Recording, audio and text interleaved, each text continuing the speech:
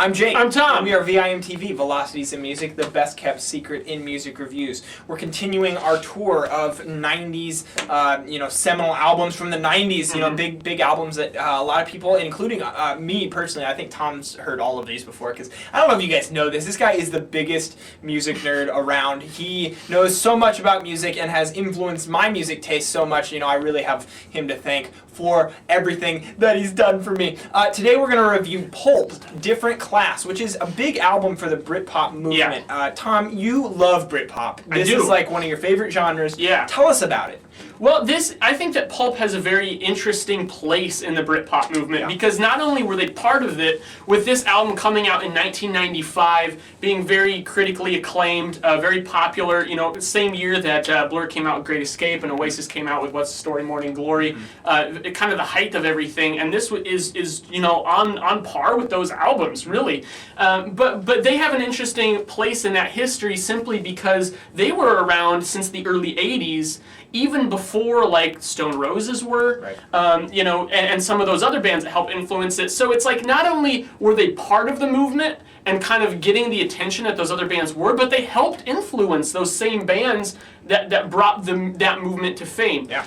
But really, I think that Pulp is kind of in a different class, which actually is where that saying comes from. That Jarvis Cocker, I was gonna say that later. Really? Yeah. Well, I took it from you, and I'm glad because you probably would have made it sound a lot more cheesy than I just did. So. Absolutely. So take it. Yeah, that's right. Okay. Anyways, this band has such a different personality to it because of Jarvis, I think, and he's so over-sexualized, so exuberant, so. I mean, his name is Jarvis Cocker. Of course, this album is going to be just flamboyantly sexual. Jarvis Cocker. In that kind of theatrics, it almost reminds me more of we reviewed. Remember the Divine Comedy? Oh yeah, for sure. Promenade, for sure. And them and just the kind of orchestration of it and presentation. But I also get a lot of Bowie. I also get a lot of Roxy music. Brian Eno. I get a lot of that influence, which would make sense with more of their earlier stuff, actually. But they pulled it into that Britpop scene. Yeah. But don't get me wrong. This is still also very much a rock album. There's lots of intense moments. Yeah, it has a great variety too. Like you hear a lot of those more rock songs, but you also hear songs that are more poppy in nature that you would hear in the Britpop movement. So it has a nice flow to it, a nice balance. Even the song, it's clearly my least favorite track on the album, but just to show kind of like their versatility, Disco 2000. I mean, that's a very poppy song. When you start with like Misshapes, which really is kind of a more rock-oriented song. So I love the versatility that they show. But I mean, to me, Tom, one of the things that really put Different Class in a different class, I still did it, than the rest of the Britpop albums is that, Jarvis Cocker is creating these characterizations and really kind of painting a picture of everything, of what life was like in, in what I imagine, having never been there, in kind of middle class Britain in like the mid-90s and stuff. I mean, I really do feel like sometimes it's, because like you're seeing these really intimate personal moments and the way that he like constructs his lyrics and everything, it's very specific to that British dialect and honestly, it's like you're there. It's like you're peeking through people's windows. That's exactly right. And like their intimate moments. But they're the common people. Right. Which, of course, there's a track on here, but it's like the person that you would pass just walking down the street and not seeing and not think anything of. It's like you're seeing, the what's happening behind closed doors for them, and that's a really cool look. And I think that because of that unique take, and also because of his just commanding presentation. Yeah. I think that Jarvis's vocals is definitely the center, the focus of this album. Not that the instrumentals aren't good though, and not that there's a lot of variety in the way they're arranged and composed and performed. But I think that what Jarvis does spectacularly is take the instrumental foundation that the band gives him and work with it. I mean, you listen, you talked about the variety on this album, and you compare like tracks 4 and 5, I Spy and Disco 2000. Right.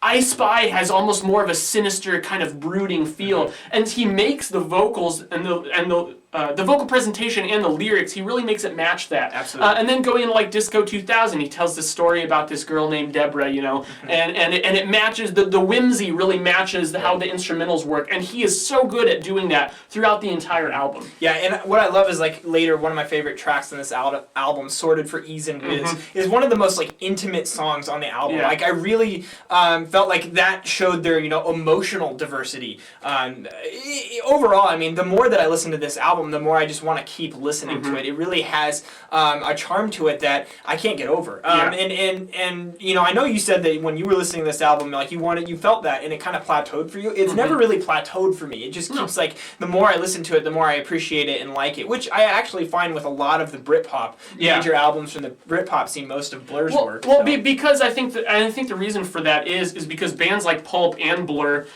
they're very much thinking man's pop. Yeah. And that's hard for people to grasp because they hear it at first and they hear that pop sheen and it's very attractive, and then I think that the average listener can kind of get confused by it because there is a more artistic stand behind it. It's so much more complicated than like what we now know as American pop, which is so focused on repetition and structure and lyrics and you know, melodies and hooks. So I mean, it's a completely different class of pop music that takes a while to understand and get into. But when you do, it's more rewarding because of that. Yeah, totally agree. I really like this album, Tom. I'm thinking I'm going to go 87 on it. I'm going to go 90. Yeah, it's a good album. I mean, what do you guys think? What's your favorite Britpop album?